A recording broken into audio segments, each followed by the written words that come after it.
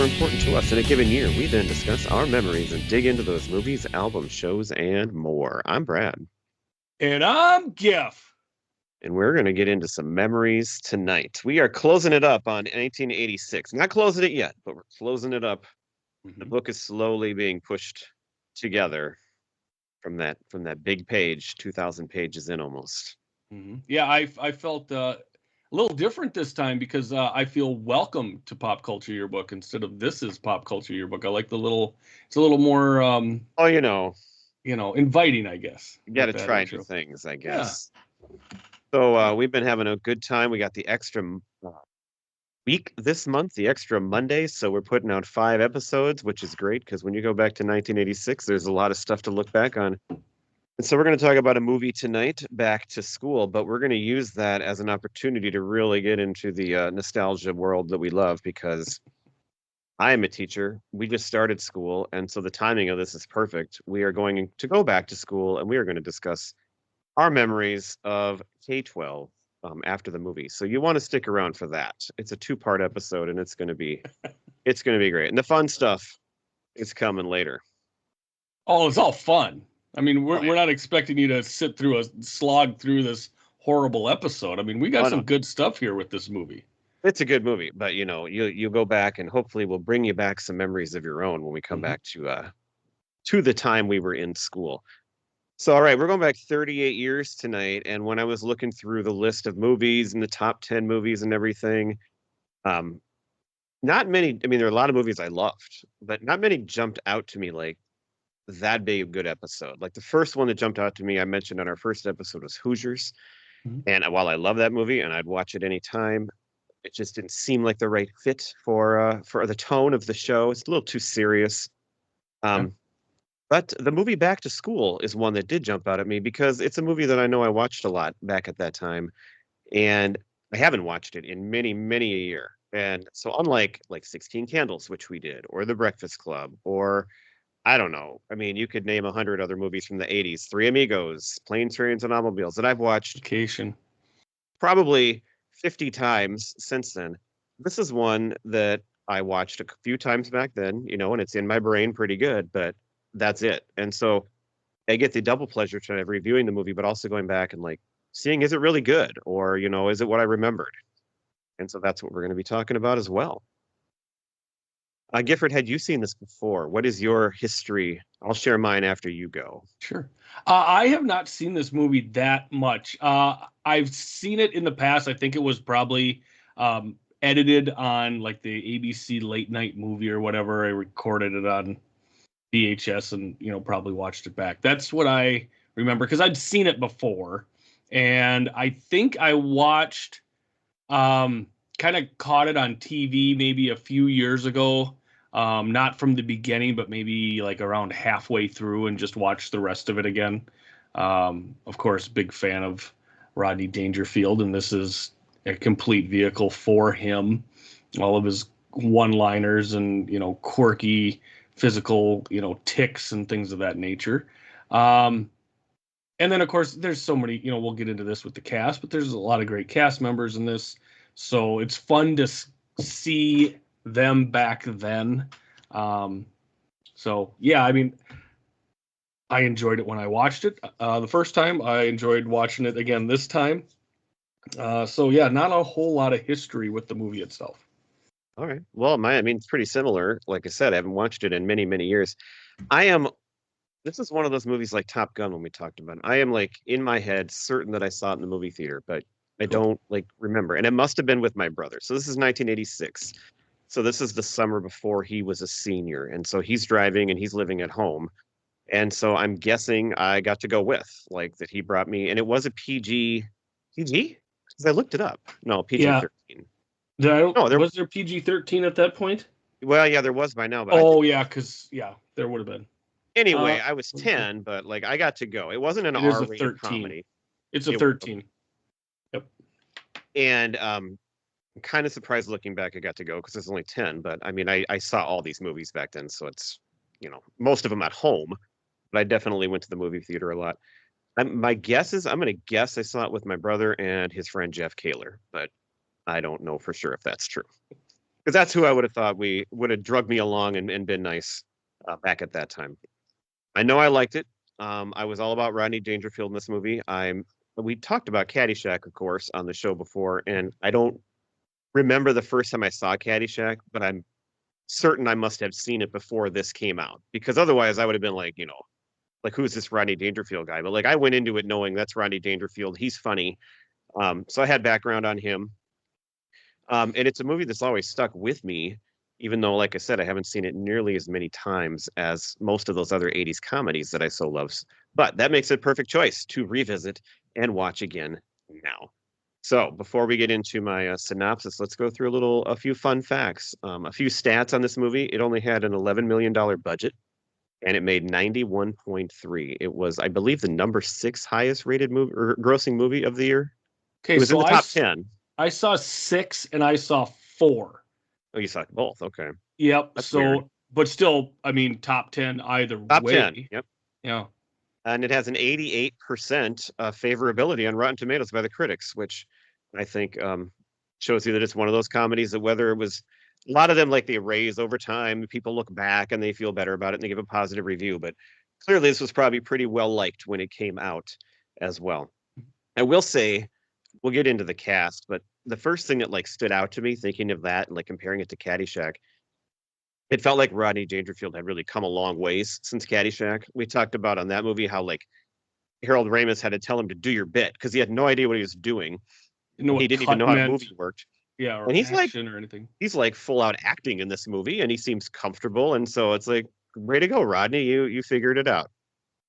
Whether you like him or not, he knew what he was doing at least at this time. I got more. What else do you have for fun facts? Well, one of the fun facts that I love with this was you said you went to this in the movie theater, and this was released the exact same day as Ferris Bueller's Day Off. Oh, it was. Yes. So that was probably my second choice for a movie this month. But I went with this due to a little bit of the vague memory of it. So this was an enormous day for Edie McClurg. Oh, wow. Yeah, that's a big day for movies and her. Who was in both of these movies. One of the things that I kind of found interesting in this was that you said you'd seen Caddyshack, or you feel like you did because you knew Rodney was funny. So in the opening montage of this movie, with him growing and, bringing in his empire, there's a shot of Caddyshack, him playing golf in Caddyshack in the opening montage. So I like how they, oh yeah, just a real quick still shot of him like in a pose after he hit a shot or whatever. Yeah. So, I mean, it's quick. But like you said, it was, 6th. And what I found, so we covered Top Gun. That was the number 1. Crocodile Dundee was the number 2 for the year. So this was the second highest grossing comedy of the year behind that. And then, of course, in front of it was the Oscar and Golden Globe winning Platoon, Karate Kid 2, Star Trek 4, and then Back to School, which beat out Aliens, which was in the 7th spot. So this also beat out Ferris Bueller, too. Ferris Bueller was 10. It was 10, okay. So, I mean, this isn't like a weak year in movies. I mean, this thing was way up there with some. That's what I'm saying. Movies. You'd look back and you wouldn't expect it to be, people look back and maybe remember and love it, but you wouldn't expect it to be like one of the highest grossing movies probably. Mm-hmm. But it is. So they were very successful there. A huge, huge hit. Big money maker.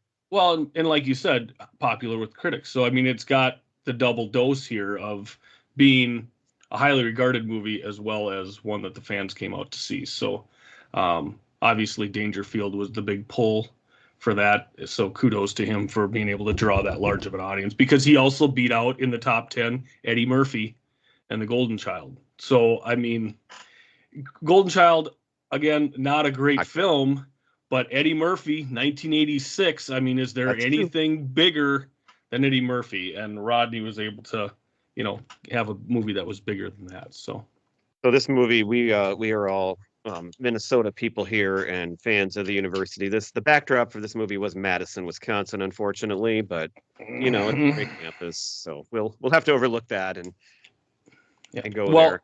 And we can temper that a little bit because the exteriors were in Madison, but a lot of the other stuff was shot at USC and I think UCLA, correct? That I don't remember. The Yeah. Madison part stuck out to me, and then I can't get my head past it. Well, I was just trying to help you out there a little bit. We to tie our episodes again together. One of the first episodes we did this year in season 4 was on Newhart, and we talked about the terrible, terrible character. What was his name in the show? Stephen Campman. Kirk. Oh, The terrible, yeah. terrible Kirk character that was in the first 2 seasons of Newhart that eventually Bob got rid of. But I mentioned back then that he actually, and it's kind of foreshadowing to the later in the year here, he actually was a comedy writer, and he was one of the main writers on this movie, along with Harold Ramis as well, who's more well Oh, known to most of us. But Stephen Campman, I brought that up back then, that he made me realize that even though he's terrible on Newhart, there was a little bit more to that guy at least. better behind the camera is what Yes, you're implying. stick to the writing. Yeah, yeah. Much like me, I'm much better, not in front of a camera. Maybe microphone's good, but You can yeah. say that again. Oh, yeah. All right then. You got more? I got a couple more here. I got some more, but it's more about the cast, I think. Well, I guess mine is too. one thing is Dangerfield was a diver in his younger years, so they kind of tied that in with the diving team and his son. So that was one thing, I guess. I guess I'll save one of mine for the cast. The last one I have though is that, most people that know the movie would know this, but Oingo Boingo Mhm. is in the movie. Danny Elfman, who went on to make the music for so many great movies, is in this movie, and Oingo Boingo is on the stage at the college party. So Yep. that's Yep. nice Well, thing to and see there. and if we want to talk music as well, at the frat party, we just have a scene where there's a costume party at Chaz's frat, and the song that is playing at the time is "Everybody's Crazy," and singing that song is Michael Bolton while in his metal stage. I don't have any clue what you're talking about. Well, this was early on in Michael Bolton's career, so that Oh, was him singing I did not um, know that. that song. One other thing I did want to mention. So, of course, this is a college movie, and in college, people drink a lot of beer, right? That's a mainstay, especially if you're I've at the heard that, yeah. University of Wisconsin at Madison. Especially if you're in Madison. Right. So if you watch this movie, every single time that Thornton is drinking a beer, he is drinking what kind of beer, Brad? Was it Course? It- I'm getting confused with. I just watched Smoking the Bandit. okay. No, I, oh, that's perfect. I like that. I No, can't remember. it was Miller Lite. And Oh that yes, is because I did he notice was that. he was doing all the Miller Lite commercials at this time. So in his contract, Right. he couldn't be on screen with any other beer. So there's different beer in this movie, but every time that Mr. Mellon is drinking a beer, it is a Miller Lite. Because I did notice that. So that totally makes, and I remember those commercials. Mm-hmm. Okay, I'm going to go off topic for just a minute here because you might care. So speaking of Danny Elfman doing music, I saw Beetlejuice the other night. Really? Yes. And I don't know if you want me to tell you about it. I liked it. I did not okay. love it. I liked it. It had a lot of stuff I liked in it, and it's well done. And the characters, the cast are all great and everything. It's maybe 5 minutes too long, and most of that is in a pivotal music scene at the end, which I couldn't believe it went on as long as it did. Oh, And in the sense, I think because it's so towards the end of the movie, that's maybe what left me with this little bit of this taste in my mouth. But I mean, it was a fun movie, and I mean, it's a really good follow up. I mean, if you're going to take that long to make a sequel, at least it was worth watching. But I had one complaint, and I don't want to go into too much detail because I hope you watch it sometime. But I did like. I hold your opinion in high regard. So It is not as good as Beetlejuice. I mean, sure. It doesn't have quite the same. We used to quote that movie every single day in middle school, which maybe we'll talk about later tonight. But Possibly. so Well, and with your reputation for loving things that are short, I'm assuming you have never watched a director's cut of a movie or the extended version of a movie, just because why add more to a movie? So I'm just kind of wondering if Just a little question there for you. Have you ever gone? I think I have. Well, if they call it unrated, then sometimes you want to watch it and see Oh what's in it. yeah, And half the time it's nothing, but right. That's how they get you. They tempt you. Yeah. All right, I'll give you a little synopsis on Back to School here in case you are not familiar or if it's been a long time since you've seen it, like me and the GIF here. So we start this movie in 1940 where a young Thornton Mellon is being chastised by his father for his bad grades. When he asks how he'll ever get into college, Thornton says he doesn't care about that and would rather work in the family business. In the present, we then see that Thornton, even without college, has become an extremely successful owner of tall and fat stores. Kind of like Caddyshack, where he's an entrepreneur and has a lot of money, and it's kind of a similar type of character here. Yeah. His personal life, however, consists of an unhappy marriage to a cheating wife, and after deciding to get divorced, Thornton goes to Grand Lake University to see his son, his pride and joy.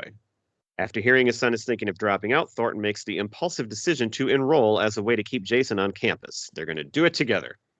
And his son is actually all for that at first. We see Thornton attending classes with varying success, making an enemy of one professor and falling in love with another. More concerned with throwing a great party than doing his work, Mellon alienates his son over time and nearly gets expelled.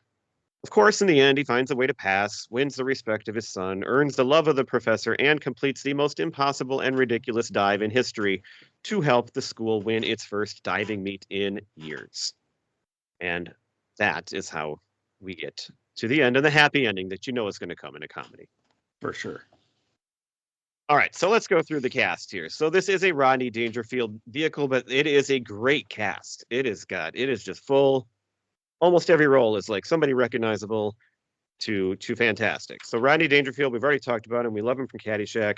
He's on the Tonight Show. He's funny and gets no respect. Anything you want to say about Rodney? I already said I think he does a nice job, especially knowing his history in movies.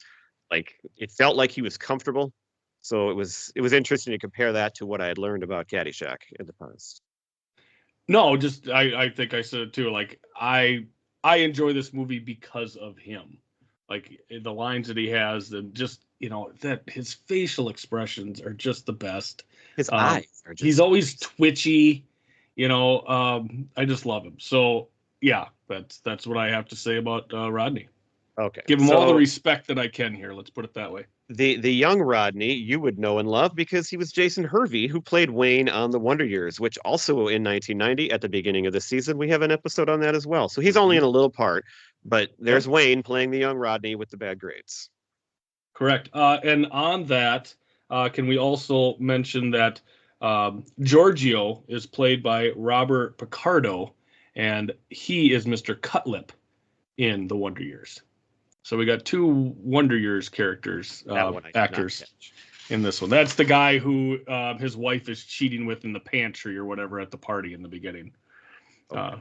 Yeah. Is Mr. Cutlip a teacher on The Wonder Years then? He is the gym teacher in The Wonder Years. Oh, okay. Well, I know that. Yeah. Yep. Okay, we have Burt Young, who is like Rodney's sidekick, always by his side. Lou, he drives a limo, but he's the muscle. He's everything, and you would know Lou from Rocky very well. He's a perfect cast for that character. That's for sure, right there. Well, and I like the inclusion of him in this because, of course, with the opening montage of the movie, you see him coming up, in the rough and tumble world. Wasn't handed anything, and Lou is that guy from the beginning. He's not refined. He's a little rough around the edges, and that's what Rodney is. Even though he's a titan of industry, he sticks with the guys from the old neighborhood. So Lou's a great character in this. So the other main character in the movie is Rodney's kid, and he's played by Keith Gordon. This is Jason, and this is really it for him. So looking him up, he turned into more of a director, it seems, than an actor. But you'd think you'd recognize him from something after this big, memorable role, but I got nothing on that guy. The only thing that I remembered him from, and it's just a bit part, kind of, he's a teenager in Jaws 2, and he's just in that group of friends. He's not one of the main characters in that group, but he's in the group. And that's really the only thing that I recognize him from, on screen. But like Brad said, became more of a director of television. So he's done 10 episodes of Dexter, 6 of Homeland, 4 of Fargo, 1 of Better Call Saul. So, I mean, he's been on some a director on some pretty major television, and that's just a small smattering of what he's directed. Good for him. Good for you, Yeah. Keith. Mm-hmm. On the other hand, the other two kid or young person characters in this movie are highly recognizable. We've got the one and only William Zabka playing Chaz, the 80s villain of 80s villains that we all know and love as Johnny Lawrence. He's not as threatening in this movie as I think I would remember or think based on his other characters, but he's still playing jerk. He's playing what he always played in the 80s. Yeah, and I had read a note that he had tried to make Chaz funnier and not as menacing, and the director finally went to him and said, you need to be more hateable. Like you can't, and I'm watching and they're fighting over a girl, so you have to have that. Otherwise, if you like him, then that's going to cause a problem for, that part of the movie and the audience getting involved there. Right. But if you're going to put Johnny Lawrence at a 10 on the douchebag meter, like Chaz is more like a 4. Like he's really not that awful. He's just, he's the captain or whatever of the dive team, and he feels threatened. And, he's a dink, but it's nothing compared to Johnny Lawrence. And, and I think, is this the same year just one of the guys came out and that's like his other one where he's really bad. Like he's a total dick. It's got to be close. I'm going to look it up here. You can keep going. All right. Well, the other kid, almost unrecognizable in some ways compared to what you think of him now, is Robert Downey Jr. as Derek, Jason's best friend. And I don't even know what he is. He's just some kind of giant weird nerd is what he is. Yes. He's his own thing. He stands out but he's a good friend to Jason. Yep. But you got to have your eccentric character, and that's who he is here. Yeah, and he was working on SNL at this time too. So he was flying back and forth. Year. Yep. But he was flying back and forth to do the shows and work on that. But I look at him in this movie.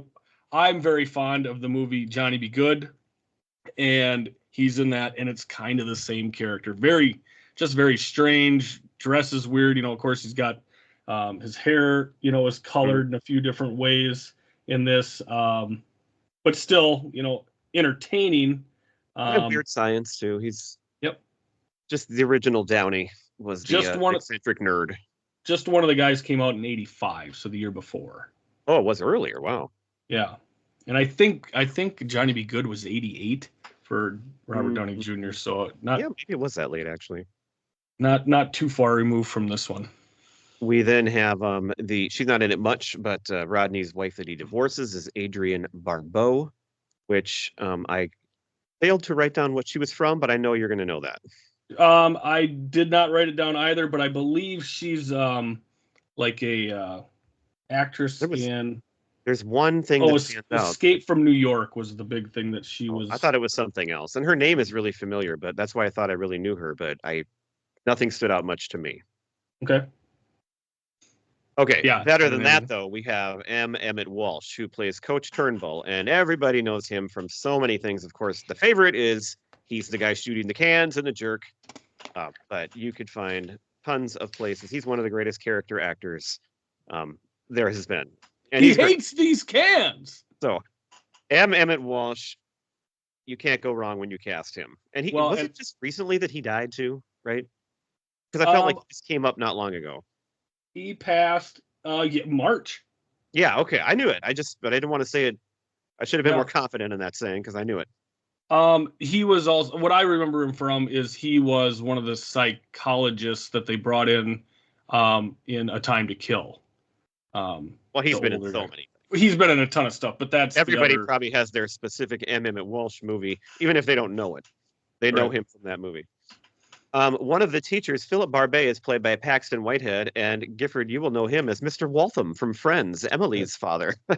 That is. I knew him right away, and I couldn't place it. And when I saw that on there, I'm like, oh my god, that's it. He wasn't in Friends very much, but you can totally picture and hear him. No, he wasn't Emily's dad. That was played by a shorter, dark-haired fellow. He was. No, he was one of Rachel's bosses. You're right. I totally blew that. But yes, Rachel's boss.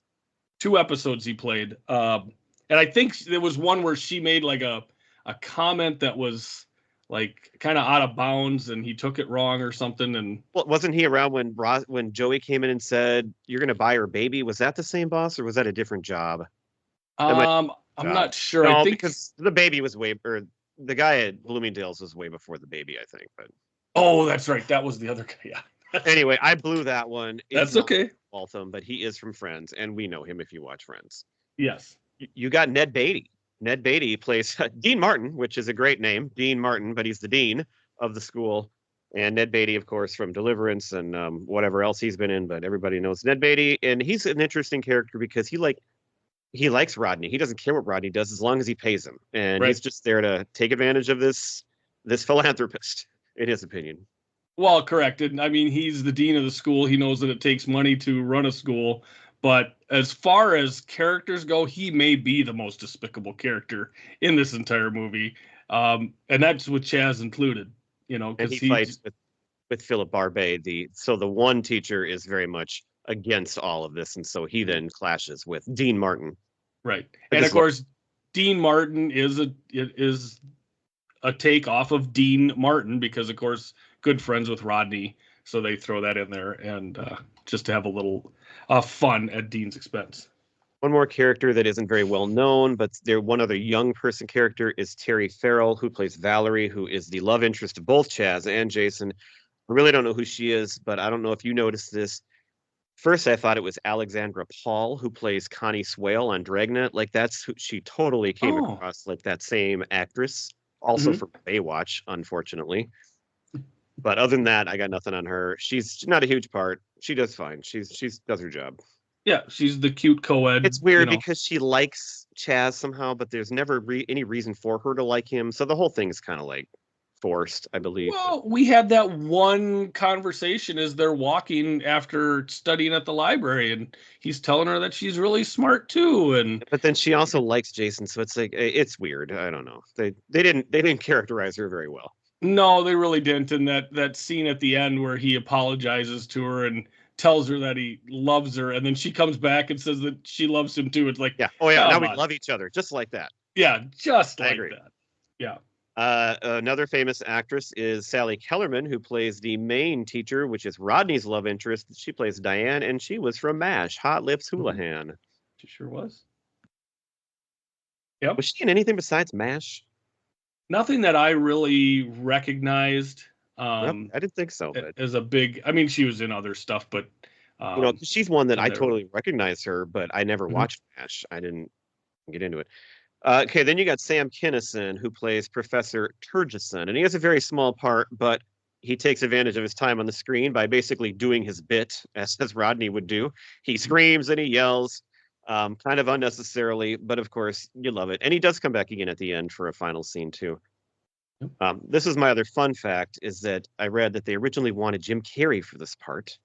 Which seems really odd because they did think he was too young, probably, but I would like, how young was he? It seems like quite a different casting if you put Jim Carrey there than Sam Kinison. So Jim Carrey, he got his moment later. You know, he turned into something.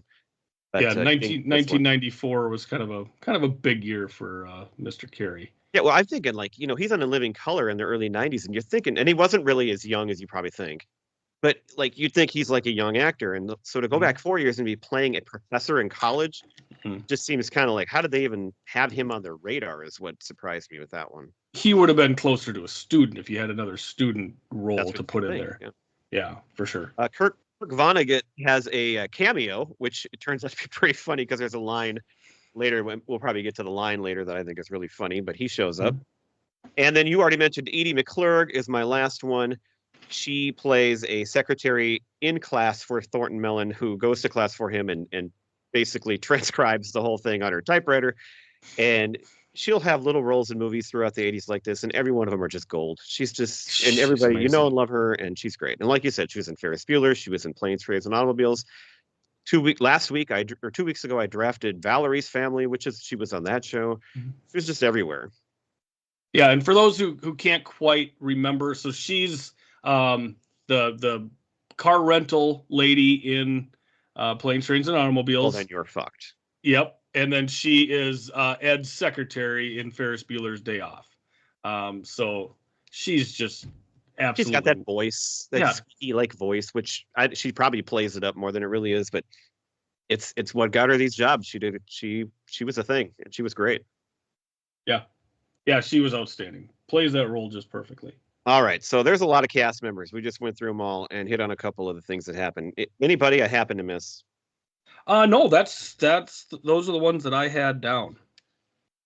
All right, so we are going to get into the movie now. Basically, we'll talk about our favorite scenes and lines as we always do. Let's just go through the lines. So you've already mentioned Rodney's lines. What I found interesting is that I didn't write down nearly as many lines as I thought I would. It's more quality over quantity in this one for me compared to some other movies. Mhm. So, what do you have for one of your favorite lines, and is it by Rodney? Yeah, I mean, I can start with Rodney here. One of my favorite lines is when he's kind of wooing Diane, and he's trying to get a date with her, and she's like busy. No, I got this going on, and then I got class on this night. No, I got class that night, and his line is, "Well, why don't you give me a call when you have no class?" I think that is such a great line because it's innocent enough, but it's so funny. Well, and you can imagine it's the delivery of Rodney. I mean, it's just the Yep. Rodney Dangerfield delivery too. Speaking of that, the first one I wrote down very early in the movie, it's just like a Rodney Dangerfield joke that they inserted. So somebody made fun of his wife Vanessa at the party, and he said, "Lay off Vanessa. She gives great headache." Yes, I have I that one mean, written out. blink and you'll miss it. Great joke, of course. That's a classic. I mean, you can see him standing up on stage doing his bit, and that's just a joke he puts out there about his wife. It's just that quick little one-liner. And then another one in that same, I just had two in that same first scene because she's like an artist or something, and I'm not even sure how to pronounce the actual word. If it was Clint, I think. But they said your wife was just showing us her Clint, referring to some artwork. Yeah. And he goes, "You too, huh?" Yeah, shows it to everybody. Good stuff. One that I had is when he's walking with his son at college, and he mentioned about I always dreamed about going to a college like this, and his son goes, "Well, when did you dream about going to college?" He goes, "When I was sleeping in high school." It's just too good, just so quick. Once he's in college, and the interplay with Sam Kinison is funny too. So there's before he gets mad and screams, I just love the way Sam Kinison delivers this line because he tries to say something, goes, "Oh, I didn't know you wanted to get involved in the discussion, Mr. Helper." The Mr. Helper. But then Rodney describes him later, says, "Yeah, good teacher. He seems to care. About what? I have no idea." Mm-hmm. But all the screaming to Rodney, that shows he cares. Yeah. Yeah, and I mean, I've never gotten into Kinnison. Like, I just don't get his just the constant screaming. Don't get me wrong, I enjoy watching different comedians that, put on a pissed off persona. Like Lewis Black to me is one of the funniest guys out there. But it's just where he just starts screaming, and Yeah, it's like, kind of okay. That's Yeah. the thing about a movie like this, because they force that into the movie, and Rodney's got Mhm. his lines. They put these comedians in there, and they let them do their thing, Yep. and that can come in force and not really work. But it works. They did it in a way that like it doesn't seem too out of place, and it's still funny in this movie, and that's probably why it got the critics liked it and the fans liked it because they did it right. They did a good job with it. Yeah. One of the lines I have that's not a Rodney Dangerfield line comes from Ned Beatty, Dean Martin. And when Professor Barbet is arguing with him about letting him into the college, his response is, "In all fairness, it was a really big check. Like, he just can't get past." That is a good one, and that's a good delivery by Ned Beatty there too. I have 3 quotes left here, and 2 of them are my 2 favorite ones. So I'll leave those for last here. But I just like when he describes Derek, Robert Downey Jr. He says, "Derek, you look like the poster boy for birth control." When he's laying on his back at the party with his legs up in the air. Yeah, it's right. You could have said it to him at any time in the movie, but at that moment in the party, he looks even stupider than normal, and it's a fitting line there. which is hard to do for him because he does a very good job of looking very stupid in this movie.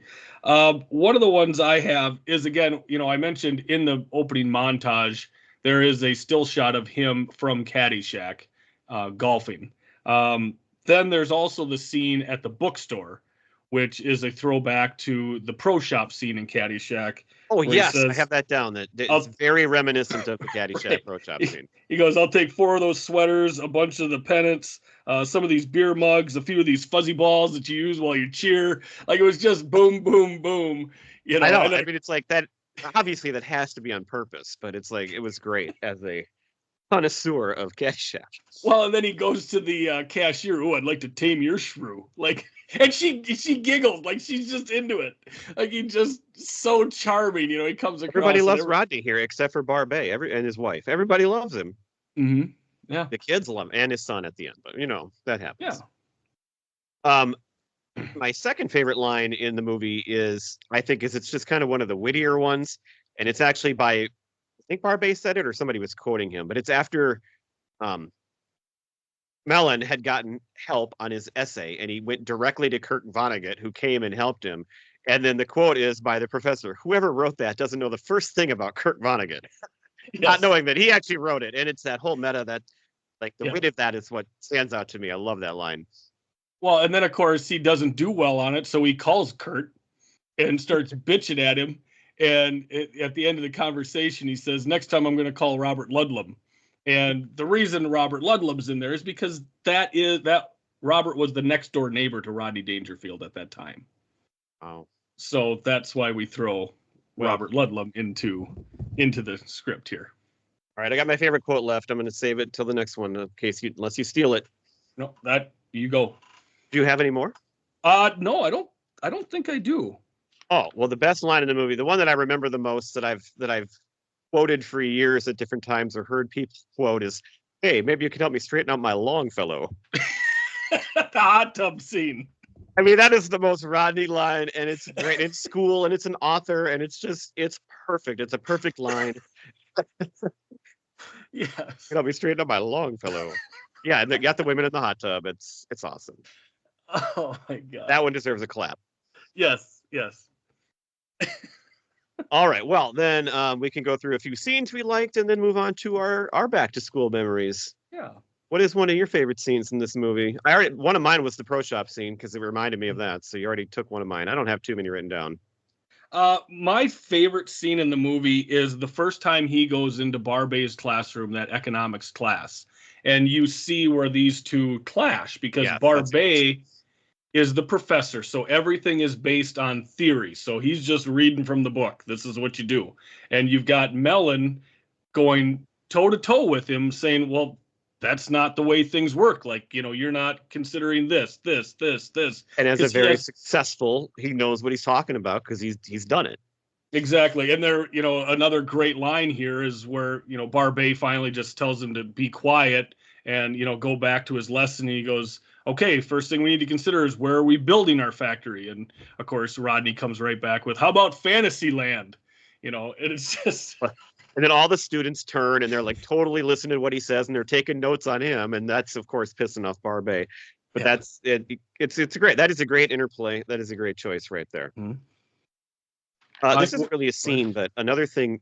So a couple things I mentioned, the Caddyshack that you brought up and how Terry Farrell reminded me of Alexander Paul in Dragnet, which we talked about.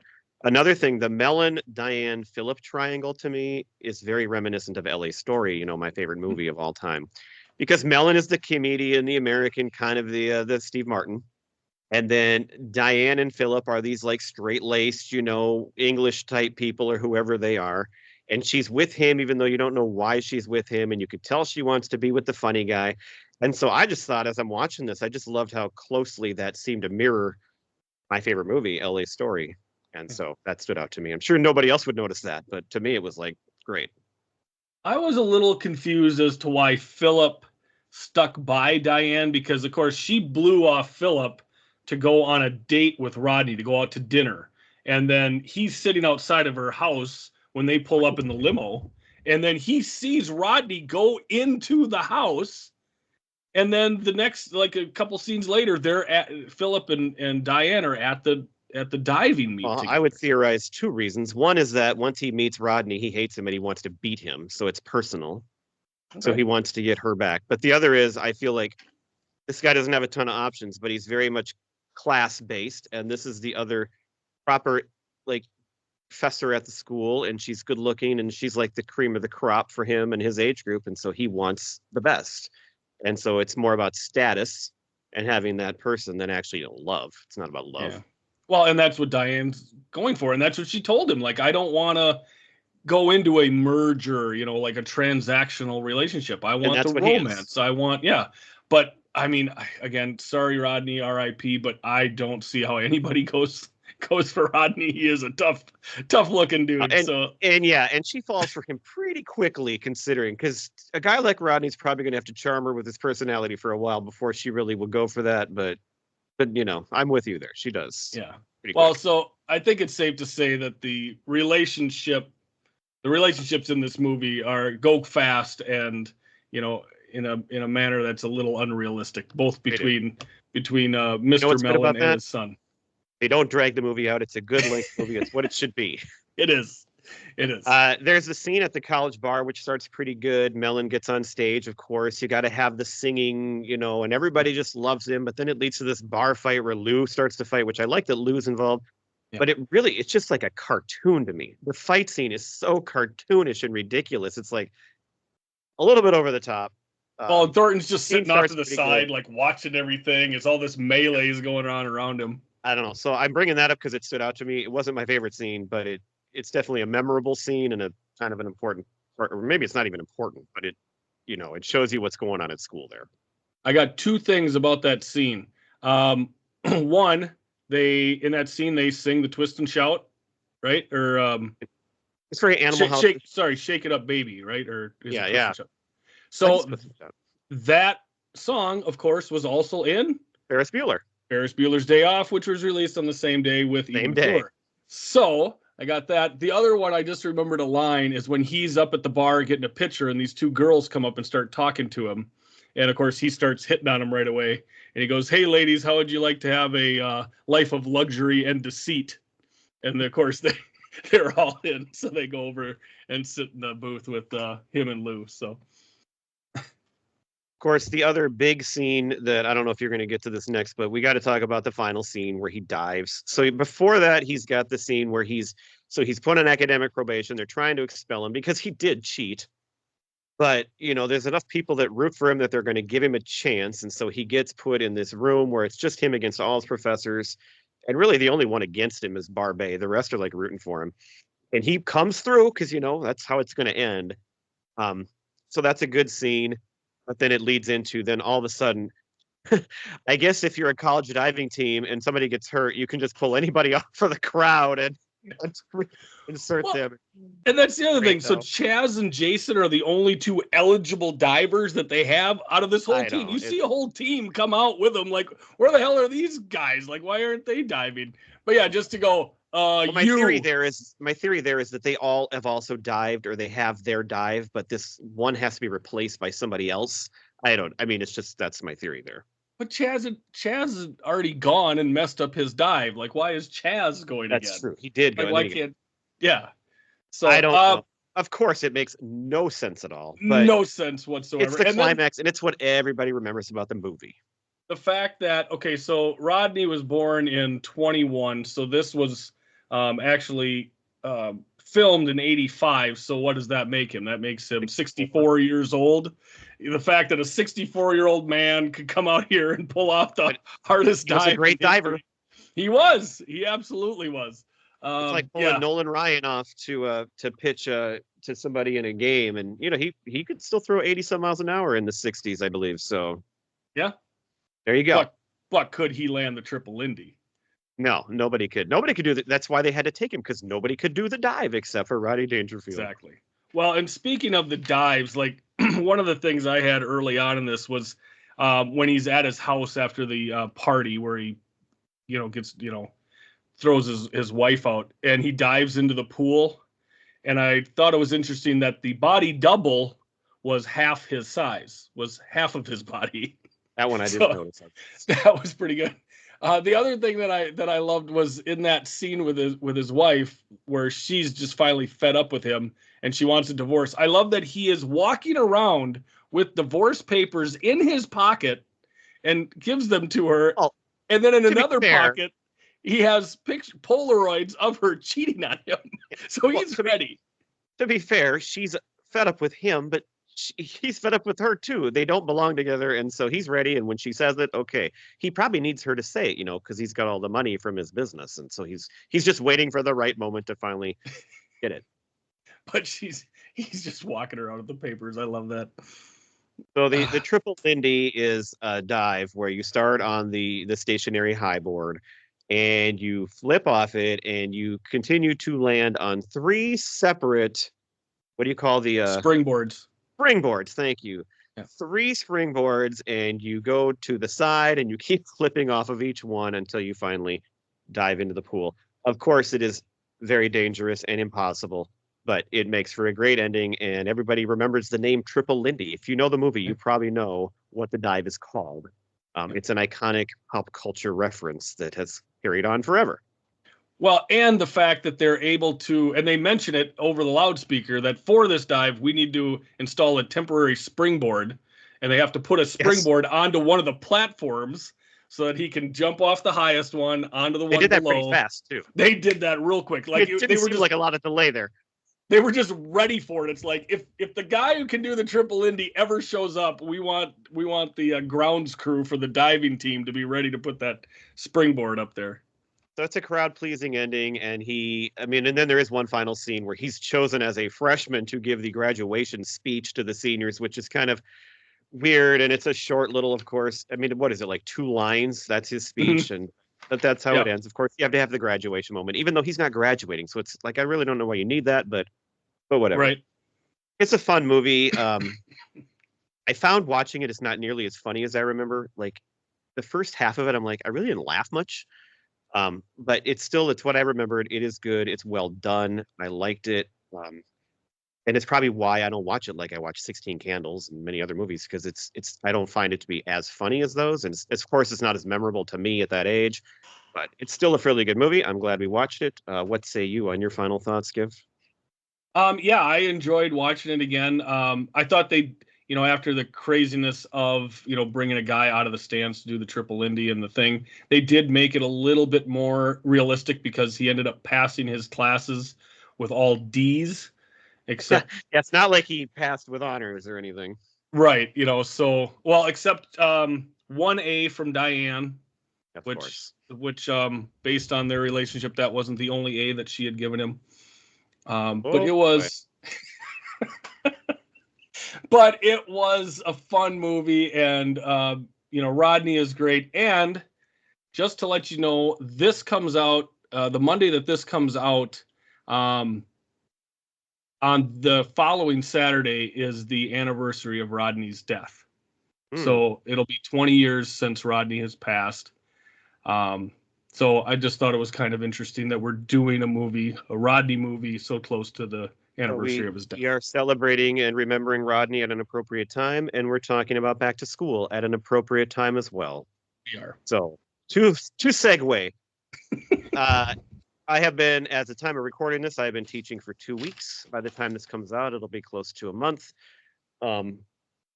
That is neither here nor there. I am a teacher, so I go back to school every year, but we love to look back and think about school. And this is a topic I've wanted to get to forever, really. And this is the night where it finally made sense. So we're gonna draft, kind of in quotes, like we're gonna go back and forth and draft different memories of school. Probably not even going to put this draft out to get voted on, because how do you vote? How am I going to type up the memories, and nobody's going to know what to vote? But hopefully, as we go through this draft, you will have memories that you will connect with as well. That is the idea of this. So we're doing a draft, but it's kind of like its own thing. Well, maybe what we could do is on the socials, we could put up, just abbreviated memory, and then ask our followers to just, throw something in there in the comments, not necessarily for a vote, but just say, hey, what we could do lots of stuff that week. Yeah. All right, and we are going to go back and forth like we have been for the last month, but we should announce the next time you hear this show, if you are a Petester, he plans to be back on the show. We will be the Holy Trinity back together again. Mm-hmm. And he did give us a list of memories for tonight, so we will include him as well. Once we're done, we will get to whatever Pete Yes. said that we haven't already discussed. Getting him back will definitely be sacrilegious. So it's excellent, as Homer would say. All right, so I just realized when we're going to start this that I have first pick. I don't even know where to start. What I did is I have 6 categories. Oh, And I have them in each category. I have anywhere from 3 to 5 different specific things in each. So I'm just going to start with one that actually, and I'm bringing this up because Pete brought it up too, and I thought it was great that we both did. So in high school, we would get there every day in the morning, and especially once we could drive, we would get there early on purpose. Like we didn't have to get there for like at least a half hour later, but all of us in a certain group of friends, it'd be you. It'd be me, it'd be Pete, it'd be your friend Josh, it'd be Travis, it would be Joe would come in eventually. Chad was usually a little later. And we would sit in the lunchroom at a table. We didn't have breakfast or anything. It wasn't served. We just got there and we would just sit there and just hang out and talk. And that is some of the most fun times that I had. Anytime you got free time like that, that's the topic of this one. I have 3 other things, but just anytime you got free time, whether you took advantage of it yourself like that and created it yourself, or whether it was like in class or whatever, those are like my best memories when I look back and think about just hanging out with no stress, no assignment, and just even maybe there was an assignment, but like you're free to just sit and talk to your friends. I love that. And we created that in high school every morning, and it was a great crew, and I loved it. So I'll go with that first. We would sit in the same seat, like we had the exact same order. We always sat in the exact same configuration too, even so if you were late. Greeble sat between you and Travis, right? And I think Joe was next to Travis on the end. Travis was across from me, but I don't remember. I just know that there was a specific configuration. Yes, there was. Yeah. And then you go to class and complain about assigned seats, yet you create your own assigned seats at the same time. Yeah, and like you say, even if you got there late, like when you came in, people would make your spot for you. Like they would slide over. I sit. Let me get there. Yep, exactly. Which makes no sense, but that's the way it worked. So I don't have anything on my list from elementary school. I was not a big fan of elementary school. So we didn't go to elementary together, so that doesn't really offend me. I do have some, but that it does. We should keep that clear with people that haven't been paying much attention. We didn't meet until 5th grade, and we didn't like each other in 5th grade. We didn't like each other in 6th grade. We didn't like each other until middle school and therefore high school and college and on and on and on. But I think the reason is because, like you said, when you have free time, those are a lot of the memories you have. In elementary school, it's just you're in the same classroom all day long, and it's so regimented. In middle school, you're going between classes just like high school, so you have that little bit of time at your locker in between classes. You have a little bit more freedom as you move up in the classes. So I didn't have anything from elementary school, but looking at my list, I don't have nearly as much as I thought I did. It's mostly middle school and high school, but I do have some elementary stuff too. So I'm going to start senior year. Good for me. I was selected to be in our homecoming court. No, I wasn't. But one night, so for those in the homecoming court, we, as the guys, we needed to go get tuxes fitted for homecoming dance and, being up on stage for coronation. And so we left after football practice one night. We all piled into Buck's Suburban. I think it was Buck's Suburban. And we just needed to drive to Marshall to Mr. Cool's? Formal wear. Harrow's formal wear. So from Tyler, still there, by the way. We drove by it when I was home. Did you? Yep. On Old East College Drive? Well, no, it's on West. It's over by where the Shopco used to be. Yeah, that's right. Other end of town. So it would take from Tyler to get to Marshall would probably take 25 minutes? 25. Yeah, so we're talking 50 minutes round trip, and then for the guys to get fitted. And we took the 5 seniors that were in the court. We took the junior attendant and the freshman attendant. I don't know what we had against the sophomore attendant, but he didn't get asked to go. Do you remember who these guys were? It was Wes Carr, I think, was the junior attendant. That's going to be my guess. And the freshman attendant was... Okay, if you don't remember, I didn't know if it was clear in your head. Anyway, it was... Nielsen one? What's that? Was Christian Nielsen one of the attendants? He was the sophomore attendant. Okay, that's what I was wondering, because he sticks out to me as one of the Yeah. guys who was in it, but I don't remember very well because I wasn't in it. So, Well, it was me and Chad and Buck and Terry and Travis. So this whole trip should have taken maybe about an hour and a half. So we took off after football practice, and I don't think I got home until probably midnight or 1 o'clock in the morning. the school And night too. oh yeah, it was a school night, and of course there were some pops involved, and it was just awesome. We took the way roundabout way to get there, had an absolute blast there and back. Dropped off the freshman attendant in pretty rough shape. I don't know if he ever got in trouble on that one, Boy. but it was an absolutely wonderful time. So I'm going to start with that one. That was awesome.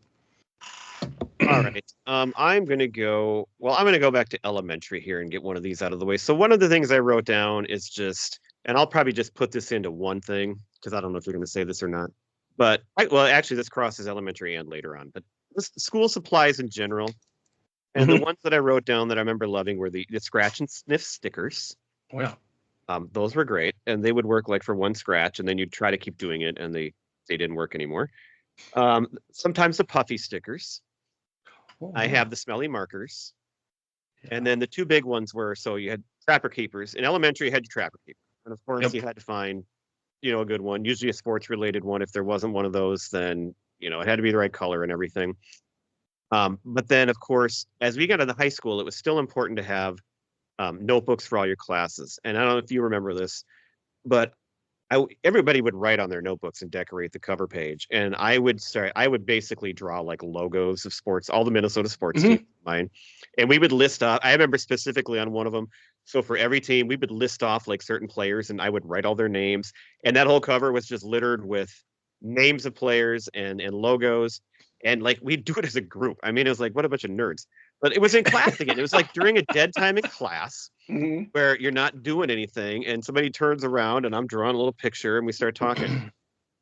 And so just all the different supplies, reminded me of that. But specifically, it's actually like middle school, high school, like drawing on your books and making them yours and making them look the way that you wanted to. That is what I remember the most. Excellent. I'm going to go with a middle school memory here. And I'm going to go with 7th and 8th grade band. Of course, this was that's a good you and one. me. I got that. You and me pretty deep in this. And of course, the best part is that we were percussionists. So we were all the way in the back as far as you could possibly get from the teacher. And because we were drummers, we'd have to move from one, like the snare drum to the bass drum to the timpani to whatever. So we didn't have to be confined to a chair. And we just were back there. We were screwing around. I remember in 7th grade, like I felt like it was so cool because we were back there with Kevin and Jaron. Boy, we had a good time with those two that year. Yep. And then like the next year, I remember how much fun it was playing the trap set for one of the medleys that we did. And I remember that they came out with those clear plastic drumsticks, and you could, like, if you bounced them just right, and they bounce if you threw it just right. Yeah, and Seth Vanderwoody was doing it, and he bounced it, and it hit the light. Shattered a fluorescent light in the ceiling, right in the middle of class. Yes. But you could get away with whatever you wanted back there because Mrs. Taylor was all the way in the front, and she'd have to run all the way around to get to you. Like, not true. It was great. The only time I ever got in trouble in school was in middle school band, and that's when our parents, mine and yours, got called in to talk to Mrs. Taylor because of the problems we were causing in the back of that room. What I remember was and my parents remember it, and that's the only time I ever got in like real trouble in school, and it was you and me in band. What I remember with Mrs. Taylor was we went to my mom and I went to conferences, and of course they did this conference where they just set up tables all the way around the gym, and you would go from teacher to teacher if you wanted to talk to one.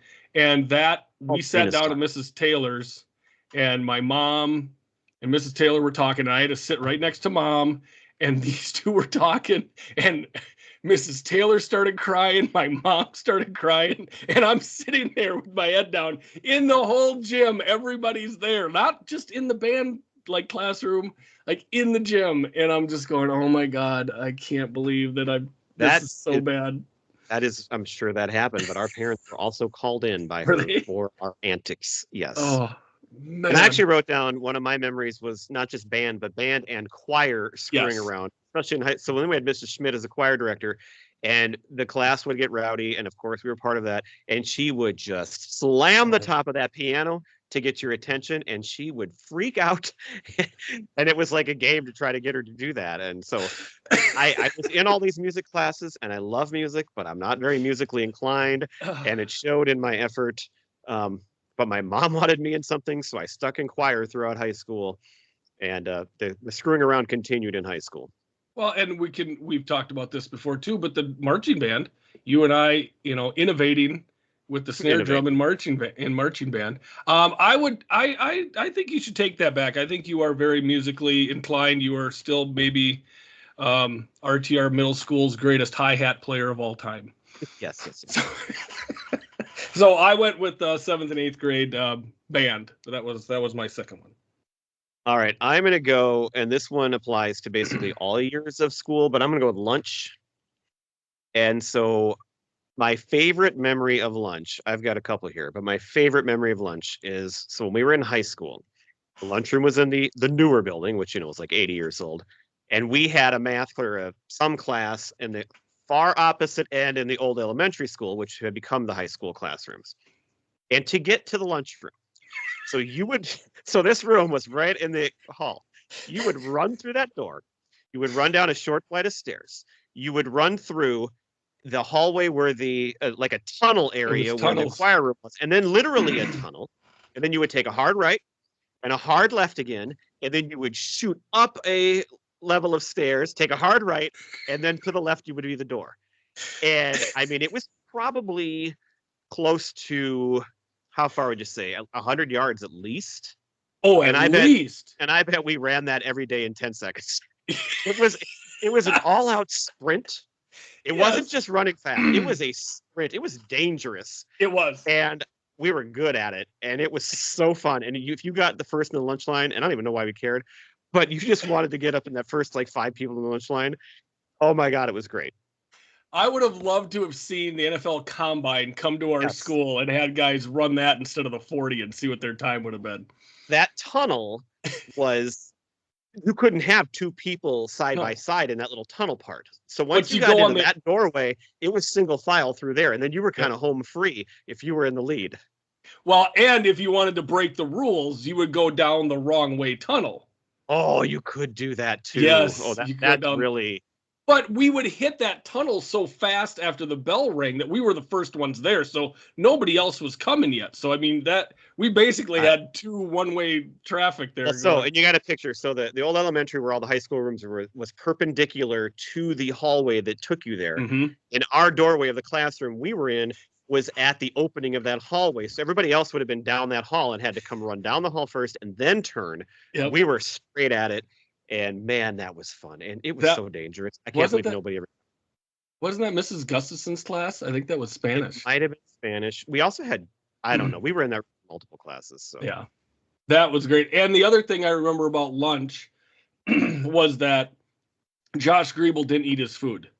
So not all of it. No, he ate something. There were specific things he didn't eat. And you would have to call them when the lunch menu came out, like at the beginning of the month. Yeah. And like, I remember it was always like me and Haken would like argue over who was going to get Josh's food. And he would, of course, hold court and decide who was going to get what on what day. And I had it. Like, I eat chicken patties all the time. At that time, for some reason, I didn't eat chicken patties or fish patties, which I'm sure were gross. So, but I would always eat the bun. So somebody would always want to get my patty while I ate the bun. Yeah. Yeah, so that was the other thing with lunch. I don't remember it in middle school as much, but I remember it in high school, trying to vie for his uneaten food. That's a great one. I have a few more lunch things, but I'll save them for when we're done here. I'll just stick with that one for now. Okay. All right. Let's see here. Oh, you did middle school choir, so I'll knock that one off. Okay, I think I'm gonna go with, and I think I brought this up before the pumpkin hunting in 1992. So this would have been our junior year. It was the first year that we had done this, and we went all around Tyler, and took all of the pumpkins that we could find off of people's front steps, sidewalks, porches, whatever we could, and then piled them all up on the school lawn. And of course, people could come and get their pumpkins back. It's not like we smashed them or anything, but we did that our junior year, and then our senior year we did it again. But the people of Tyler were wise to our game, and most of them took them in. Yep, took them in, so we couldn't get them. So we ended up having to go to like Ballatin and Lake Benton and Russell and Ruthven. We had crews of people going, and it was a much bigger crew. But that first year was more fun because it was just in Tyler. It was a smaller group of people, and we were kind of all together more. And that one was a lot of fun. And I know there is a picture either from one of those 2 years in the yearbook of us with our bounty on the school lawn with all the pumpkins. Yes. All right. I'm going to go. My number 4 pick here is going to be what Pete also had, and it's basically me and Pete would have been doing all this together. But I'm just calling this the extracurricular category. So I have a couple that I'll name later. But again, the most memorable one was just, so I love sports and I played sports, but other than golf, I pretty much quit all sports after my sophomore year. I played basketball through 10th grade, and I wish I would have played longer, but I wasn't good enough, and I ended up having more fun anyway. So we became the super fans, and it was me and Pete and our friend Griebel and our friend Haken, and then eventually like Joe, one of my best friends too. And we would drive to every single football, basketball game for those junior, senior year. And the fun we had going to those games, it was just, and it was because we had good teams. Like, well, maybe the football team wasn't very good, right? You've talked about that. My senior year, we were awful. It's more basketball, but the basketball team wasn't great, but they were good. It was entertaining. There was a lot of great games. But, we would sit in the front row, right? We sat by you. You'd be at the end of the bench, and we'd sit next to you. And we'd be right there. It's like we were the bench warmers on the team. But we got to drive in our car and listen to music and have a good time getting there. Didn't have to listen to the coach and get yelled at or do anything like that. We carved heads out of basketballs and wore those because, that was a big thing in the 80s. And we saw that. So we painted them and we wore those to one of the section tournament games. The Montevideo gym was one of my favorite places in the world for basketball. So speaking of Hoosiers, which I brought up, it was like the old time Hinckley, the field house, the places they played in Hoosiers. This was a gym. So most of the gyms down there, they were just your standard gym with a couple of bleachers on each side. This was a gym that had bleachers on both sides, but kind of like an upper and a lower level. Mm-hmm. And then on one end, they had seats on that end, but it was not to the floor. It was like there was the wall behind the hoop was there, but then there were seats up above that. And then on the other end behind the hoop, it was even higher up. That's where like a band would sit, like up in the rafters almost, and look down. And this gym was so loud and it was so cool. And it was the most epic games of all time were played there, because this goes back to middle school when our high school teams went to the state tournament every year. And those are just the greatest memories. And what we did to try to insert ourselves into the games and be important as fans. There was a game in Montevideo or in Minnesota where Pete would want to bring up how he claims that he got the ref to almost call a technical on him, which because of the things he was saying. But what did happen is that we were bantering with that ref, and that ref was standing there during a timeout staring at our section. But I mean, when I say the whole section turned around, we had probably about 20 people. But we got the entire section was standing up and turned around and faced the wall up to face and get away from that ref. I mean, and that was awesome. It was just little shit like that. And I mean, I could go on and on and on about the fun we had as fans. And while I love basketball, the best decision I ever made was quitting because I wasn't going to play anyway. And the fun I had with those years doing that was just the greatest memories I have. So that's mine. I have more extracurriculars, but being a fan specifically of basketball in Southwest Minnesota was the greatest thing. Excellent. Well, can I just continue on with that theme then? You sure can. So I wrote down the basketball buses. So I, of course, technically was on the team. They gave me a jersey and everything. Jesus Christ. But like Brad said, I would sit next to him and Pete on the end of the bench and, talk to them during the games and cheer with them. I mean, they were just having a blast. But like I was on the team. Like I said, I always got a ride to every game and a front row seat. And the ride to every game was on the team bus, and that was always so much fun. Chad was, we were so tight when we were in football and basketball, like, whether it was practice or on the bus, like we were always together. Rhonda obviously didn't remember this from our reunion that I was on the team, but I would sit by Rhonda on the team bus. And she was Lori, the cheerleaders rode with the team, right? Yep. So she was on, the cheerleaders were on the team. So I'd be, talking to Rhonda and Lori and Katie, and just having fun with them on the bus as well. So just having that time with the team was just so much fun. As well as, I also, led the team out in warm-ups. I was the first guy out. We'd come out and everybody bounced the ball off the backboard. Then you go to the other side and do it again, So that was just a lot of fun. But the buses in particular were awesome. Nice. And yeah, I don't remember. So I, as a freshman, was unfortunately pushed into being the football manager by my mother, which was the nerdiest, worst job ever. The only saving grace was that was the best football team we ever had, and we went to the state tournament. So I saw some of the most amazing football games, like you said, not a front row seat, but a sideline seat. It was, I mean, there was 2 football games in particular that were just 2 of the greatest things I've ever witnessed. And so I was part of it, at least. I was there.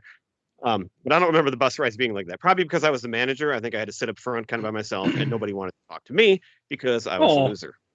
But Pete was out for football, wasn't he? Not that year. No, he didn't go out till like later.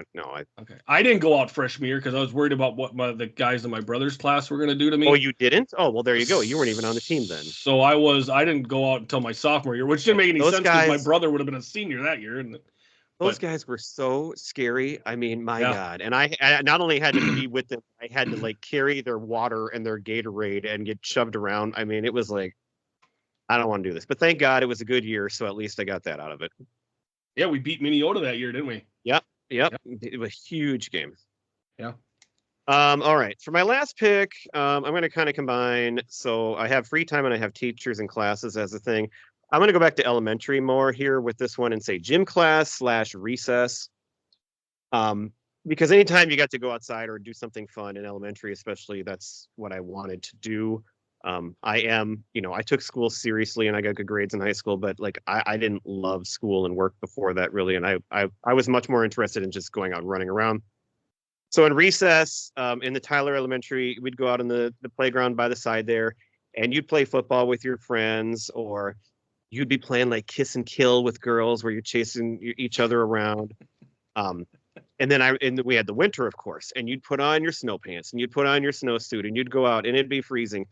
But I remember building snow forts and building like big snow drifts where you'd like carve into it and like you could create like a, down below, not really a tunnel, but just like an indentation in it. And I loved the snow forts and I loved playing games with my friends. And then gym was great too. And we had a teacher in elementary, I believe it was 4th grade, Mr. Rothweiler. And he was like this hyper military type guy. So he was kind of weird as a gym teacher for 4th graders. But everybody remembers him for that. But what I loved about him is that I don't know if it was every Friday, but like one day a week or once every couple weeks, he had these film strips of old Gopher basketball teams from like the early 80s, like Kevin McHale and Michael Thompson. And he would show those to us on the wall of the gym.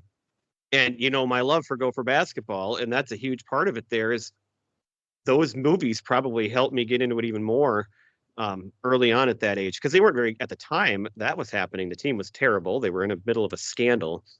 But I loved those videos, and it was great. Or I should say film strips. Mm-hmm. And then in gym, I'm assuming in Russell, you had to do like where you had to do a certain amount of push-ups, or you had to do a certain amount of presidential fitness test. Yes.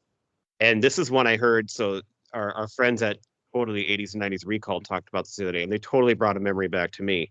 Do you remember when you did? And they were right. They lived in a whole nother place in the country, but they were like, wow, that's right. When you did the pull-ups, yeah, the whole class would sit around and watch. Watch you do I it. mean, and when they said that, I'm like, holy crap, that's true. That's just, can you imagine that today? Nobody's going to do that. They're not even going to force you to do it. But like you get up there, I couldn't do a pull up. People couldn't do pull ups. And you'd sit there 20. Well, I'm saying some people. I would 20 kill the people would be pull-ups. sitting there watching you struggle. And it's like, why were we forced to do that? It was just terrible. But I could do push ups and sit ups like crazy. Well, and I listened to that episode too, and I don't remember which one of the guys said that their sit and reach was still legendary, might still be a record at his school. So Erdman and I were always very competitive, and we were like the ones that would be the best at everything. I have no flexibility at all. Like I could do pull-ups all day long, push-ups, sit-ups, the shuttle run, run the mile, do all that stuff. I cannot sit down and touch my toes to save my life. So not anymore, that's for sure. I can't see my toes. But yeah, so that was the one thing that I always fell down on pretty badly was the sit and reach was not good. I don't remember that one. I mean, I think we did it, but I don't really remember that one very well. Well, you'd put your feet good or bad. Your feet up against a block, and then on top of the block was a ruler. Yeah, ruler, right? And then you would reach as far as forward as you could with your fingertips and see where you would get. And like I wouldn't even get to the box. It was so bad. One more too. In middle school. So my favorite thing, and we still did this with classes as a teacher. When every once in a while we could go to the gym. Indoor kickball. That's my favorite activity. Period in gym time. And trying to kick a home run off the far wall above the hoop. I mean, indoor kickball, that is my number one thing. And I still would, like, if we got our friends together and played that right now, it'd be the greatest. It'd be so fun. I'd pull a hamstring so fast.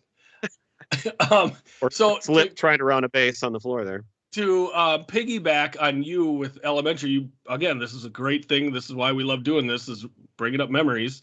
It jogged a memory for me. Was this your number 5? No, I'm gonna cheat and just kind of go on to yours with recess in elementary school. The best thing about Russell Elementary was the playground was down a hill from the school. Wasn't it on concrete though? The playground was, but there was this huge hill, and in the winter, thing was a sledding hill, and we're talking a serious sledding hill. And I remember that hill because we had to run down that hill in middle school to go down there for gym too.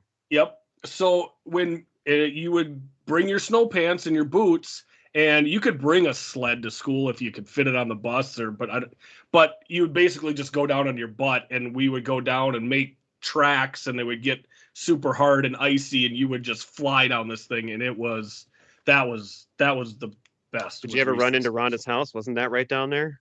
You would have had to veer left. Okay. Through a fence. So that would have been tough to make, because you would have had to go through the swing sets and go through a wood fence to get into Rhonda's backyard. So, people complain about Minnesota winters, and I might still at this point, but as a kid, I mean, the winters were they maybe weren't as cold. I don't know, but we had more snow back then. Snow. And the amount, living on a farm, the amount of snow that you could pile up against a building and sled down yourself, and then in recess, go build forts or go sled in. You could just out of the middle of your day in school, you just get to go out and sled. Right. I mean, it was great. Playing in the snow as a kid is unbeatable. Yeah. Yes, it is. All right. For my last one, I am going to go back to middle school, and I'm going to go with Lori's 6th grade party. Oh, you brought this up before. I was there. Yep. You were there. And this was the night that I took another stepper, at the bases there. And, the first step. Yeah, the first step got to first, I guess. So that was not with each other. No, but that was Dan, Lovery and Rhonda, I think, were out there with us too. But anyway, that was what's that? I was in the basement when I made that step. Oh, were you? Okay. Yes. I was across the street on the fairgrounds. Oh no. Yeah. So that was a exhilarating time in the young life of Giff. And the other thing is that was a night that I got to do something I never got to do, and have sleepovers. Like I just didn't go hang out with friends and like stay overnight on a That's a sad life. Friday night, and we stayed. It was you and me. Was it Pete too? Stayed at Lovery's. I don't know. But Maybe. I mean, the party was awesome because you got to go, dance with the girlfriend, and we watched Dirty Dancing that night in her basement, and it was just so much fun. But then after the party was over, the night wasn't over. I got to go hang out with my friends and stay overnight and hang out, and it was awesome. So I'm gonna have that as my fifth. All right. Well, we'll run through our extras, but before we do that, I'm going to read through Pete's list that he sent so that we don't like take these. So some of these are going to be repeats. So his number one was the basketball football games that I already talked about. His number two was, oh, actually, no, this is different. So one of my other free times besides the morning in the cafeteria was senior year study hall. Yes. Which I think was last hour of the day, right? I believe it was seventh hour. It was also in the cafeteria, so we were all spread out, and the teacher up front didn't give a crap what you were doing as long as you're kind of quiet. And so you and me and him, and I can't remember exactly who else. I think Haken was in there. We all sat around. We sat around this one table, and I mean, we could do work. Like if we had work, we could do it together, which was great. Then we would just make up stuff to do, and it was so fun. And that's one of my things, and he had it too. Yep. He had mornings in the lunchroom. This is a good one. Pete had. Birthday parties in elementary school. So you always had to have a birthday party and you'd have your friends over, and you'd have maybe a theme. And I talked about one of these in one of our episodes. Like my 8th birthday party is still discussed to this day by some people. So I lived on that farm and I had 10 total, counting me, 10 total people at my party that year, which was huge. Usually it was like, 3 or 4. Mm-hmm. And it was a sleepover. And so my sister, who was 5 years older, she helped run some games and stuff that I have pictures of. But we all had our sleeping bags out in the living room at night, all 10 of us. And we stayed up so late. We were 8 years old. And this one memory that just sticks out that everybody still remembers is like kind of trying to go to sleep. And Pete is against the wall trying to read one of my Garfield books. Speaking of Garfield, like totally in the dark. And we're all like, what are you doing? And everybody remembers Pete trying to read a Garfield book in the dark. And we stayed up late and I got up that next morning and I got this new blue, like BMX type bike sitting out there and all my friends saw it and then they all went home.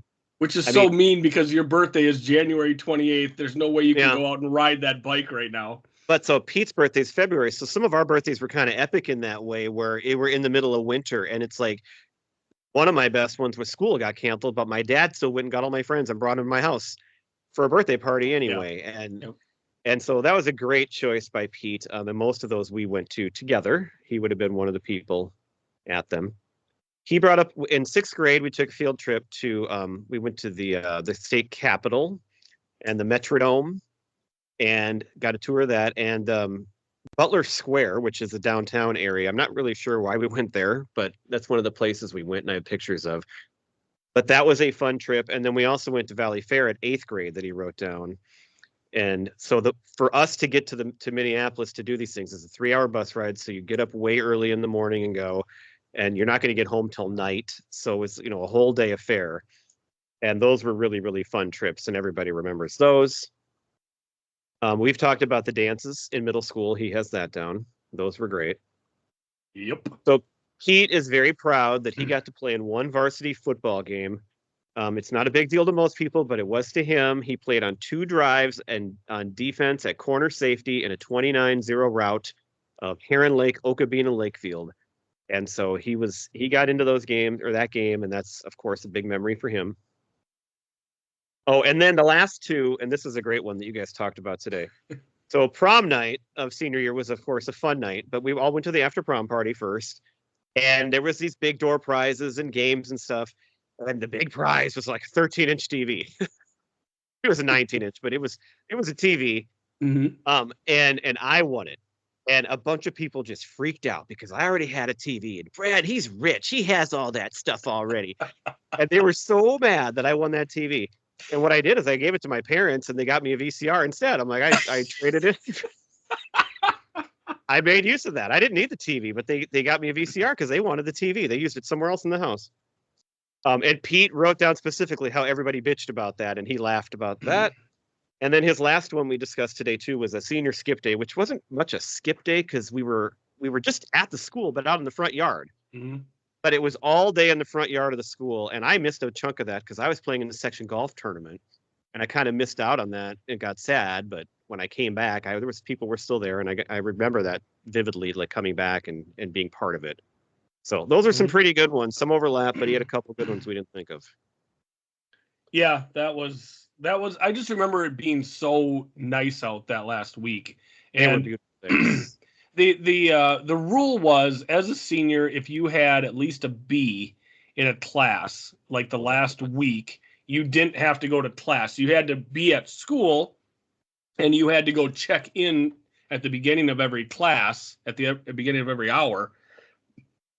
But you could just hang out on the, in the gym or out on the lawn or do whatever you wanted to do. Like there were lawn chairs, the girls were out there tanning, and that's just they're throwing a football around. It was great. It was a beautiful day. Yeah. And it was absolutely gorgeous out there. Yeah. And that was a lot of fun. No doubt about that. Did you have other items? Yeah. So the one topic that I didn't get to yet was clothes, and I wanted to bring up some clothes. So you remember the craze of rugby shirts? Oh yeah, I remember. I thought that was such a cool shirt, and I wanted to wear it all the time. I remember the one I had. I don't know if this was standard for rugby shirts, but the buttons were like rubber. Yes, they were. And they were always like that. You couldn't get it through the slot because it wouldn't slide. Like that was kind of aggravating to get those in there. I believe Ocean Pacific OP was big in middle school. I remember a sweatshirt that really stood out to me. I wore it on the first day of school. Mm-hmm. Umbro shorts, those kind of like checkered, just like athletic shorts, basically. Probably the Lululemon of the day. Sure. Everybody had their Umbros. Jabot jeans, of course. So the girls had Guess jeans. We never wore those, and they would have both. But the guys would have Jabots, and if you didn't have that little tag on your front, thing there, it's like, well, what are you wearing? I never had. It cost like $50 for those pants. Yep. I remember one time I was clothes shopping with Mom. I think it was in middle school. Might have been high school. But we were probably at JCPenney in Marshall. And I needed jeans. And this pair of Guess jeans must have been on clearance or something. And I think they were kind of like black and white stonewash kind, and they fit. And my mom's like, well, do you want these or do you want this pair over here? And I got the Guess ones just because they were Guess, and I couldn't afford Guess jeans. A triangle on your pocket. But I had the triangle on my pocket. The other pair of jeans I remember I got in high school were Levi. I got a pair of Levi's 501s. I wore a lot of Levi's. That was kind of the one that we bought. I think those were the standard jeans at the time, especially when the craze of the other ones went out. Like, you just wear Levi's. But usually it was like a 560, I think. But I had a pair of 501 button fly Levi's one time, and I thought I was the coolest guy in the world with those. But those were pretty, and I mean, I was a skinny kid, but those were definitely a tighter cut of jean for sure. I think I only had 2 pairs of Jabots, but they were fancy and they were cool. So the one other clothing item I listed here is the fashion faux pas that me and Chad Drake made, where we went and bought bibs because they were the rage. I believe we were freshmen or sophomores, but either way. Anyway, so earlier at some point, Todd Bauman, the superstar of the high school who went on to play pro football, he wore bibs a lot. And so that was one reason they were cool. But then, you had them in early 90s pop culture, like especially with like R&B bands coming out and like Boys and Men and stuff, there were bibs all over. And, and you'd wear the one strap up and one down. So my sister took me and Chad special one day before school started to Sioux Falls to the Empire Mall to buy them. And we bought them together, and we were in this thing together. And we both wore them to school together. And people didn't like it. Like, we got made fun of. It didn't go well. And I remember we ended up just taking both straps down because at least you looked like you were in closer to regular jeans then. Jeez. And I don't think I ever wore them again after that. And it's like, oh man, that didn't go the way it's planned. Well, and speaking of clothes, so um, 80s and totally 80s and 90s. They were talking about. I think Rob had a shirt that was a Barry Sanders shirt, and a girl said that she liked it, so he like wore it 3 days a week. Oh, I remember that. So I, in fifth grade, at Penny's, there was this particular shirt that was kind of a cool, like almost a digital type design, but it was a button-up collar shirt, and I had that shirt in yellow, red, and black and whites. And the black and white one was more the like I could wear that to church or whatever. But I would wear that yellow shirt like 3 days a week and the red shirt the other 2 days of the week, like constantly, because I just thought I looked good in that shirt. Oh yeah, you got to go with what looks good. But like we're talking like week after week is what I was wearing that shirt. It was just absolutely stupid. We all did that. The other memories from lunch that I had, my two favorite lunches, and this one all the way probably from K to 12, and Super 70 Sports on Twitter posts about this, the rectangle pizza and the corn. I mean, those are my two favorite things, pizza and corn on Fridays. But in high school, we had the Mr. Rib sandwiches, and those are the things you would call Josh Griebels like a week in advance and say, I'm taking his sandwich. They were so good, and we didn't have them very often. There was nothing better than those. Yeah. Pete mentioned the middle school dances. Of course, in sixth grade, we talked about you, me, and Rhonda dancing to Pour Some Sugar on Me, the Russell Town Hall. Seventh grade dances for me were the best. I had a girlfriend the whole year of seventh grade. And of course, that's when you were, grabbing hip on the slow songs. So that was always, those were the best for me. Another middle school one, not a dance necessarily, but the Happy Days musical that we did was a big one. All the time put into preparing for that. And then, I didn't want to act, but you and me were on stage as dancers, which is even worse. Mm-hmm. But at that time, I was like, I mean, you'd think it would be worse for me. But like at the time, it was like we were cool and we had our dance partner. I was also the understudy for one of the major roles, and I never bothered to learn a single line. And I was so panicked that guy was going to die or he's going to get sick. And I had zero idea what my lines were. I didn't want to be the understudy, but one of the teachers just basically handed it and told me I was once. And I'm like, I'm not doing this. I don't remember. I think it might have been the dad, Mr. Cunningham. I'm not sure. I feel like it might have been either Mike Beck or Ryan Wittenbach that were doing that role. And so whichever one it was, if they would have not showed up, that play would have been a disaster, thanks to me. So, yeah, I had the Happy Days. For sure. I had mentioned Homecoming 93. The year before Homecoming 92, I remember going out and staying out way too late past curfew, hunting for the outhouses. So every homecoming, we would, the senior class would put out an outhouse on the school lawn. Of course, we're in a rural area, so if you look hard enough and long enough, you'll find old outhouses in groves of trees. And usually, we wouldn't steal them so much as, the person knew that we'd be taking them. And of course, that's nice because you're getting something off their property. But the year that we were juniors, the senior class went absolutely nuts. And like for a whole week, went out at night and found all these outhouses and then stored them at one guy's place. And then Thursday night after coronation, they loaded them all up on a trailer. We brought them into town and put them on the school lawn. I don't remember how many of them were out there, but it was a lot more than just one. But I felt so cool getting to hang out with the upperclassmen doing that, or the senior class, I should say, doing that. So that was a lot of fun. One thing I did remember from elementary school, I'm guessing it's elementary school, was, do you remember going to the Shriners Circus? I remember going to the circus. I don't know if I remember doing it as a school or as some other way. I remember doing it as like you get on the school bus early in the morning, go to Sioux Falls. You're probably right. Where it was at. It was at Sioux Falls. And you'd get so much money from your mom and dad, like maybe $10 or $15 to buy just absolute junk at the concessions, like not necessarily, I shouldn't say concession, not necessarily at the food, but like something stupid to buy in the concourse. I remember the Chi-Chi's trip. I believe this was sophomore year. And the reason I think it was sophomore year is because afterwards, me and Chad and Travis and 6 of the girls in our class went out to the Tyler golf course and jumped in what was back then was hole number 3 pond. And Travis drove me home because I didn't have a license yet. So that's why I think it was sophomore year. Oh, wow. So that was a good time jumping in the pond. I only got like 3 more. I should mention Mr. Hummel. Everybody loved Mr. Hummel. He was everybody's favorite teacher. He's the reason why I'm an English teacher today. So I got to throw him in there. But the other 2 deal kind of with free time.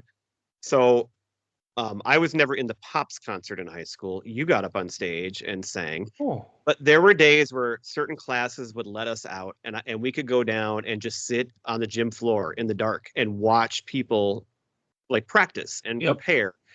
Or maybe help set up too, or sometimes, but I just remember sitting and just to get out of class as a senior and just get to go sit on the floor and watch your friends get up there. And I loved it. That was so great and so fun. And the Pops concert was always fun. And then my last one, classic, iconic memory, paper football. Got to mention paper football with the triangle football. And I'm thinking, so I remember playing that a lot, but in 6th grade, I think we had an advisory class in the morning and I was in Mr. Bergsted's. And I remember playing with Jamie Norgard, but did I play with you a lot? Is that one of the things that made us like start to like each other? I remember playing it a lot. And of course, the rule there was you slide it back and forth. And if you get it to stop on the edge where it's hanging over, you get a touchdown, and then you kick the extra point. And then if the other guy got a field goal try. Yeah. Yep. I love paper football. Yeah. I could still play. Can you now? You still got the leg for that. I'm saying I can make one. We should do it. Yeah. Yeah, that'd be good. All right. So I think that pretty much covers most of it for me there. Oh, no, I have one more lunch one. I forgot this one. Go ahead. Do you know this quote? This group can get ice cream. Yes. So in middle school, at the end of lunch, they would have an ice cream freezer with a little like single serve where you peel off the top, probably a wooden spoon. And our principal would come around Mr. Fulton would come around from table to table and he'd point at the table and go, this group can go for ice cream. And we'd go up and get our ice cream. And it was a great way to finish off lunch. And that quote and that man right there is something you'll never forget. Well, what about, hey, settle down over here. Remember that one? Like you'd come by your table if you're getting a little loud at lunch and settle down over here. It was the lunchroom supervisor as a principal, which it's very small school. Well, and I wanted to bring up one last one because this involves Pete as well, and he told this story on the podcast before. But last day of school, sophomore year, when we were cruising around, I was in your car and we were listening to Under the Bridge. To the Bridge. Chili Hot Peppers, and Pete's behind us in his car with Haken, and he goes down into the ditch and somehow able to get back up on the road without rolling over or running into a field approach and wrecking his car. Yeah, that was a lot of fun. Surprised he didn't say that one. Maybe he's tired of telling that story. Yeah, but that was such a fun day. Glad I had older. A lot of memories. It was great times. Yeah. Love looking back. We love looking back. So many good times. Yeah. But we have to do what now, Gifford, to 1986? 1986, we're going to go ahead and close the yearbook on 1986 after 5 outstanding episodes. Come back someday, but we got to say goodbye for now. Yeah. And what are we going to do next? We are going to do next week, we will be talking about our memories from 2006. Remember, we're continuing our tour through the sixes. We did 1986, we did 2016 first, then 86, 2006, and then 1996 is coming up after that. Yeah. So it'll be a lot of fun. Please stick around for that. We're going to jump ahead at 20 years. So, hey, Gifford. Hey, what? Which band creates memories every time they play music? That is Preacher Row, if I remember correctly. That is Preacher Row. All right. Thank you for listening. Hope you had some memories there. And if you did, let us know. Please tell us what you remember and share some of those with us, whether it's through a post or a private message or an email or whatever it might be. Yeah. And we'll see you next Monday. Bye.